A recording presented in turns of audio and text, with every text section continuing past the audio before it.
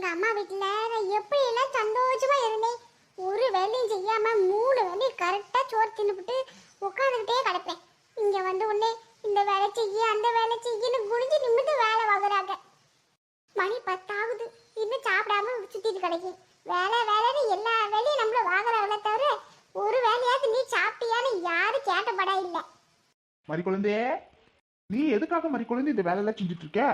அத்தையா உன்னைய ஊருக்கு அனுப்பும்போது சொல்லி அனுப்பிச்சாங்கல்ல, அங்க போய் ஒழுங்கா எந்த வேலையும் செய்யாம ரெஸ்ட் எடுன்னு பிள்ளைய மட்டும் பாத்துக்கணும்னு சொன்னாங்கல்ல.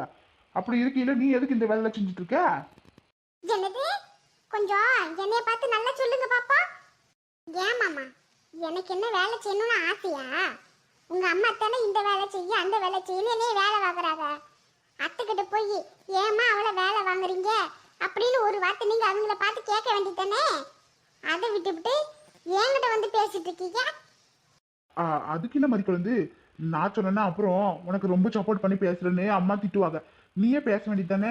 பாப்பாவை பாத்துக்கணும், என்னால எந்த வேலையும் செய்ய முடியல, உடம்பு முடியாம கிடக்கு, நீங்க கொஞ்சம் செய்யுங்க அத்தனை நீ சொல்லியிருக்கணும். அத்தைக்கு அது தெரியாதா? இப்பதானே குழந்தை பிறந்திருக்கு, 3 மாசம் தான் ஆகுது. அவளே உடம்பு முடியாம கிடக்கா. அவளை போய் இந்த வேலை செய்ய அந்த வேலை செய்யின்னு சொல்லி நம்ம சொல்றமே அவங்களுக்கு தெரியணும். சரி சரி, கோச்சுக்காத மறி குழந்தை, விடு. நான் உன்னை எங்கேயாச்சும் வெளியே கூட்டிட்டு போறேன். ஆமா, கல்யாணம் ஆன நாள்ல இருந்து ஒரே ஒரு முறைத்தை வெளியே கூட்டு போறீங்க.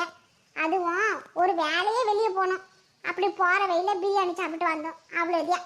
அதுக்கப்புறம் குழந்தை பிறந்துச்சு. இது வரைக்கும் எங்கேயும் வெளியே போன படம் இல்லை. சரி கோச்சுக்காத. உன்னை ஏன்னா வெளியே கூட்டிட்டு போய் உனக்கு பிடிச்ச மாதிரி பொங்கலுக்கு புடவை எடுத்து தாரேன். அதுக்கப்புறமா உனக்கு பிடிச்ச இடத்துக்குலாம் போய் சுத்தி பார்த்துட்டு வருவா. ஆமா, உங்க பிள்ளைய யாரு பாத்துக்கிறதா? அதான் வீட்டுல அம்மா அப்பா இருக்காங்கல்ல, அவங்க பாத்துக்குவாங்க. பேர பிள்ளைக்காண்டி ஆளுக்கு 2 பேரும் சண்டை போட்டுக்கிறாங்கல்ல. அப்படி இருக்கையில அவங்க கொஞ்ச நேரம் பாத்துப்பாங்க. நீ கிளம்பு, நம்ம 2 பேரும் வெளியே போவோம். உண்மையாவா சொல்றீங்க? ஆமா. எங்கடா, எங்க போறீங்க? அது வந்து எம்மா அது வேற ஒண்ணும் இல்ல. பொங்கல் வந்துச்சுல, அதே மாமா என்னைய கூட்டிட்டு போய் புடவை எடுத்து தரேன்னு சொன்னாரு. என்னது புடவையா? ஆமாம்மா, தம்பிக்கும் அப்படி உங்களுக்கும் எல்லாருக்கும் சேர்த்தாப்புல புது துணி எடுத்துட்டு வந்துருவோம்ல. ஏண்டா, ஓ மாமனுக்கு பேர் வைக்கிற ஃபங்க்ஷன்ல பொட்டி பொட்டியா துணி வந்துச்சுல, அவ்வளவு துணி போடாம கிடக்கு. இதுல அவனுக்கு எதுக்குடா புது துணி? ஏம்மா, அதெல்லாம் வந்து வீட்டுல போற துணிமா, பொங்கலுக்குன்னு போறதுக்கு புது துணி எடுக்கணும்ல. எத்தனை துணி எடுத்தாலும் அத்தனை துணி வேஸ்டா தான் போகும் பாத்துக்க. அவன் வளர புள்ளல, இன்னும் நல்லா வளரணும். இப்பெல்லாம் துணியை எடுக்க கூடாது. 1 வயசுக்கு அப்புறமையா அவனுக்கு வேண்ட துணியெல்லாம் எடுத்து தரணும். அது வரைக்கும் வீட்டுல இருக்கிற துணியெல்லாம் போட்டு அடிக்க பழிச்சு அவனும் கிழிச்சு போடணும். அதை விட்டு புது துணி எடுக்கணும், புது துணி. சரிம்மா, குழந்தைக்கு துணி வேண்டாம், உங்களுக்கெல்லாம் துணி வேணும்ல. அதெல்லாம் ஒண்ணு வேண்டாம். வீட்டுல இருக்கிற புடவையை கட்டினாலே போதும். அவ்வளவு புடவை கட்டாம கிடக்கு, அதெல்லாம் எப்ப எடுத்து கட்டுறதா? என்ன மாமா இது? இரு இரு எம்மா, சரி குழந்தைக்கு தான் துணி வேண்டான்னு சொல்லிட்டீங்க. இல்லைன்னு சொல்லல, மறி குழந்தைக்காச்சும் நான் புது புடவை எடுத்து தாரேனே. ஊருக்கு வேற புறப்பட்டு போறேன். ஊருக்கு போறதுக்கு முன்னாடி மறி குழந்தைக்கு பிடிச்ச மாதிரி அவளுக்கு பொங்கலுக்கு கட்டிக்கிற மாதிரி ஒரு நல்ல புடவை நானே கடைக்கு கூட்டிட்டு போய் எடுத்து தரேனேம்மா.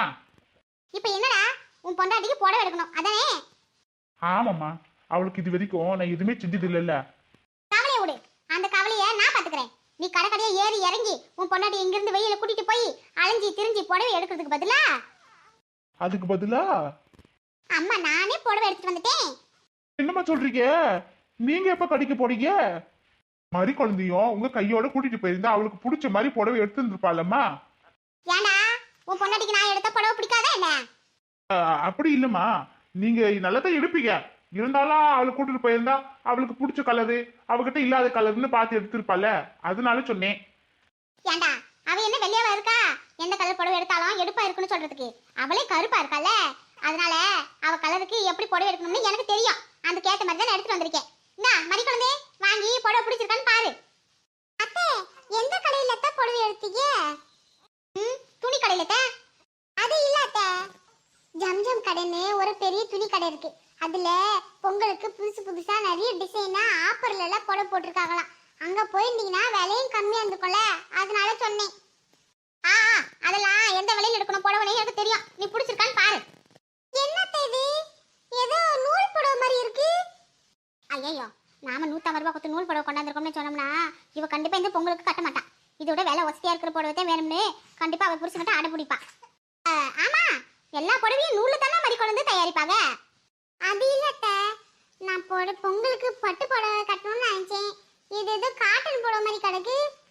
ஏட்டி ஒத்தக்காரி எந்த ஒரு விஷயம் செஞ்சாலும் அதை யோசனை பண்ணாம செய்ய மாட்டேன் பாத்துக்க. ஏட்டி இந்த ஜனவரி மாசம் பொங்கல் வருது, அதுக்கப்புறம் 2 மாசம் போனா வெயில் காலம் ஆரம்பிக்குது. வீட்டுல இருக்கிற வேலை எல்லாம் செய்யும் போது வேர்த்து விறுவிக்கும், ரொம்ப கஷ்டமா இருக்கும்ல. இதுவே ஒரு காட்டன் புடவை கட்டினா நல்லா காத்தோட்டமா குளு குளுன்னு கிடக்கும். 24 மணி நேரமும் ஏச்சி போட்டு உட்காரத்துக்கு நாம ஒன்றும் பணக்காரங்க கிடையாது. நீ என்னதான் பார்த்து பார்த்து பட்டு புடவை வாங்கினாலும் ஒரு நாளைக்கு தான் கட்ட முடியும். அதுக்கப்புறம் அது பாழா போகும் பீரோல. நீ என்னதான் பணம் கொடுத்து பார்த்து பார்த்து பட்டு புடவை வாங்கினாலும் அதை பீரோல தான் படுத்து தூங்க போகுது. அது பாழா தான் போக போகுது. கட்டிக்குவா முடியும் சொல்லு. இந்த ஒரு நாளைக்கு எதுக்கு இந்த கூத்து? இதுவே ஒரு காட்டன் புடவை வாங்கினா எப்ப வேணாலும் கட்டிக்கலாம், எங்க வேணாலும் போய்க்கலாம், நமக்கு ஈஸியா இருக்கும்ல. அதனாலதான் வாங்கி வந்திருக்கேன். என்னடா அஜுனே, அம்மா சொல்றது சரிதானே? ஆமாம்மா ஆமா. மாமா என்ன ஆமா ஆமான்னு சொல்றீங்க? அதனாலக்கு இது வாங்கி வந்திருக்கேன். இதுல உனக்கு என்ன கலர் புடவை வேணுமோ அந்த கலர் எடுத்துக்கிட்டு மிச்ச புடவைய கொண்டாந்து என் ரூம்ல வச்சிரு, சரியா? சரிங்க அத்தை, சரி. அப்புறம் ராத்திரி போகி இருக்கு, பழைய பொருளாம் போட்டு கொளுத்தணும் பாத்துக்க. இந்த கிழிஞ்சு போனது கந்தல் துணி ஏதாச்சும் கடந்துச்சுன்னா எடுத்து வைக்கி, தேவையில்லாததுல எடுத்து வைக்க. ராத்திரிக்கு போகி போட்டு கொளுத்தணும், சரியா? செஞ்சிருவோம் அத்தை, சிறப்பா அப்படியே செஞ்சிருவோம். மாமா என்ன இது? உங்க அம்மா சொல்ல சொல்ல நீங்களும் ஆமா ஆமான்னு தலையாடுறீங்க. நான் என்ன செய்யறது மாதிரி குழந்தை? அவங்க சொன்னதுக்கு தலையாட்டலன்னா அப்புறம் என் தலையை வெட்டி போடுவாங்களே. நான் என்ன வயசான ஆயாவா? அத்தை கட்டுற மாதிரி காட்டன் புடவை கொண்டாந்து கொடுத்துருக்காங்க. இந்த ஊர்ல இருக்கிற வயசு பொண்ணுங்களாம் பட்டு புடவையும் பட்டு தாவணியும் கட்டிக்கிட்டு பல பலன்னு மின்னும் போது நான் மட்டும் இந்த பழைய காட்டன் புடவை கட்டிக்கிட்டு பழைய ஆயா மாதிரி உட்காந்துட்டு இருக்கணுமா? என்ன பண்றது? ஃபாரின் போறதுக்கு முன்னாடி உனக்கு பட்டு புடவை எடுத்து தரணும்னு பார்த்தேன். ஆனா எங்க அம்மா அந்த ஆசையில காட்டன் புடவையை கொண்டாந்து போட்டுட்டாங்களே. எனக்கு இந்த புடவையே வேண்டாம், நான் கட்டவே மாட்டேன். அதுக்கு பேசாம வீட்டுல இருக்கிற பழைய துணியை கட்டிக்கிறேன். எனக்கு இந்த புடவையே வேண்டாம், போங்க. என்னங்க புடிங்க. மறிக்குழந்தை ஐயோ, இவ என்ன இப்படி கோச்சுக்கிட்டு போறா? இப்ப இவளை எப்படி சமாதானப்படுத்துறது? எங்க அம்மா கொடுத்த புடவை மட்டும் பொங்கலுக்கு இவ கட்டலன்னா அவ்வளவுதான், வீட்டுல ஒரு பூகம்பமே வெடிக்குமே. மறிக்குழந்தை எட்டியலா பாத்தீங்களாட்டி? ஃபாரின்ல இருக்கிற என் மாமையே எனக்கு 10,000 ரூபாய்க்கு பட்டு புடவை எடுத்து கொடுத்துருக்கா. எட்டியா சின்ன குழந்தை 10,000 ரூபாய்க்கு பட்டு புடவை எடுத்து கொடுத்தா உமாவா? ஆமாக்கா, நான் நெசந்தான் சொல்லுவேன். அந்த புடவையிலே விலை போட்டிருக்கு, வேணா நல்லா உன் கண்ணை 2 உத்து பாரு. அடே எங்க அப்பா 10,000 ரூபாய்க்கு பட்டு புடவையா? அதுக்கே என் மாவன் 50,000 ரூபாயில பட்டு புடவை எடுத்துக்குமா, அப்பதான் உனக்கு கௌரவமா இருக்கணும்னு சொன்னா. நான் தான் எதுக்குடா அம்பட்டு காசு செலவு பண்ணி பட்டு புடவை எடுக்கிறது, 10,000 ரூபாயில போதும்டா, சிம்பிளா எடுத்துக்கிறேன்னு சொன்னேன்.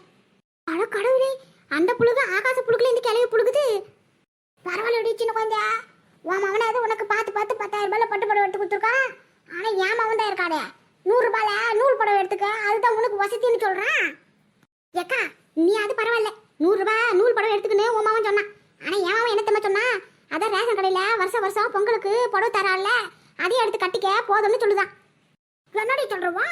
நான் தான் பாவம் நினைச்சா நீ எனக்கு மேல பாவம் கிடக்குறிய. நம்ம 2 பேருமே பாவப்பட்ட ஜென்மம் போல இருக்கு. ஆனா சின்ன குழந்தை புள்ள பாரு எவ்வளவு பொறுப்பா இருக்கு.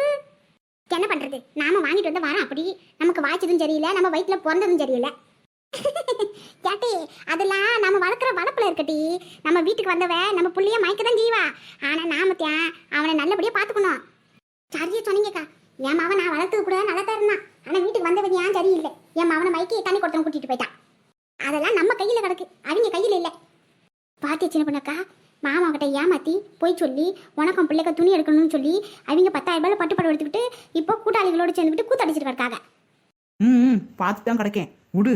அதான் அவங்க பீரோல அடிக்க வச்சிருந்த புடவைலாம் அவங்களுக்கே தெரியாம எடுத்து வித்துட்டோம்ல, அப்புறம் என்ன? இல்ல இருந்தாலும் இந்த மாமியார் இல்லாத பொல்லாத வித்தியெல்லாம் காட்டுறாங்களே, அதை வேடிக்கையா இருக்கு. சரி விட்டு தள்ளு, இந்த கிழவி எப்பவுமே இப்படித்தானே. ஏடி மஞ்சமண்ட சின்ன பண்ணே, அங்க மறைஞ்சிருந்து என்னடி பண்ணிட்டு இருக்கீங்க? நீங்க ஒரு ரீலு கலர் கலரா இருக்கானே கண்காணிச்சிட்டு இருக்கோம். என்னட்டே கொழுப்புங்களா? முதல்ல போகி பண்ணிக்க அன்னைக்கு வீட்டெல்லாம் சுத்தப்படுத்தணும்ல, எல்லாம் போய் வீட்டை சுத்தம் பண்ணுங்க. ராத்திரி போகிக்கு தேவையில்லாத பொருள் பழைய துணி குப்பை எல்லாத்தையும் போட்டு கொளுத்தணும். போய் அது எல்லாம் பழைய எது பார்த்து எல்லாம் எடுத்து வைங்க போங்க. சின்ன பொண்ணக்கா, பேசாம இந்த போகிக்கு நம்ம மாமியாரை தூக்கி நெருப்புல போட்டு கொளுத்திடலாமா? அடி பாவி, ஏன்டி இந்த வேண்டாத வேலை? பின்ன இருக்கிறதுல ரொம்ப பழசு நம்ம மாமியார் தான். அவங்கள தான் முதல்ல போட்டு போகியில கொளுத்தணும், அதுக்கப்புறம் தான் மற்றதை தூக்கி போடணும். வேணாண்டி வேணாம். ஏற்கனவே இந்த மாமியார் நம்ம 2 பேரும் மேலேயும் இல்லாதது போலதெல்லாம் சொல்லி மகன்கிட்ட கலக்க முடிட்டு கிடக்கு. இப்போ இந்த கேள்விக்கு திடீர்னு ஏதாச்சும் ஒன்று ஆத்தி வச்சுக்க, அதுக்கு காரணம் நாம தானே சொல்லி நம்ம தலையில கட்டி விடுவாங்க. பேசாம அமைதியா இரு, அதுக்குன்னு ஒரு நேரம் வந்து கவனிச்சுக்கலாம். அங்க என்னடி 2 பேரும் ரகசியம் பேசிட்டு இருக்கீங்க? சொன்ன வேலையை செய்யடி. அடேங்க அப்பா, சின்ன குழந்தை ஒரு வார்த்தை சொன்ன உடனே சின்ன மருமகளை பெரிய மருமகளை ஓடியாட போட்டாங்களே. பின்ன இவங்களெல்லாம் இப்படிதான் அடக்கி ஆகணும். நாம ஒரு வார்த்தை சொன்னோம்னா அப்படியே அமைதியா போகணும். அந்த மாதிரி மருமகளை நாம தான் அடக்கி வைக்கணும்.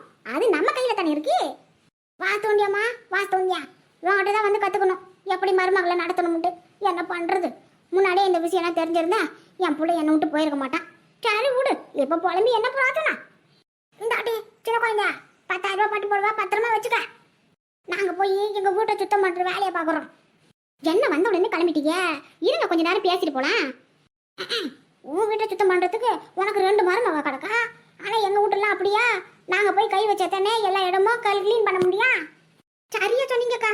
என்ன பண்றது, நம்ம தலையெழுத்து. நாமளே கடைசி காலத்துல சாகிற வரைக்கும் சொந்தமா வேலை செஞ்சு சாகணும்னு எழுதிருக்கு. ஆனா என்ன பண்றது, சின்ன குழந்தையாக்கா அப்படி இல்லையே. அவங்க ஒரு வார்த்தை சொன்னா வேலை செய்யறதுக்கு 2 மருமக கிடக்காங்க. வாக்கா நம்ம போய் நம்ம வேலையை பார்ப்போம். சரிங்கடி, அப்ப நாளைக்கு பொங்கல் அப்ப பார்க்கலாம். புது புடவை கட்டிக்கிட்டு நான் வருவேன்ல, அப்ப பாருங்க. சரி நாங்க வாரோம். அடியே, இந்த புடவையை கொண்டு போய் அலமாரில அடிக்க வைங்க. அப்படியே அங்க இருக்கிற பழைய புடவெல்லாம் தூக்கி போகில போடுறதுக்கு எடுத்து வைங்க. நான் எதிர்த்து வீட்டுக்கு போயிட்டு வரேன்.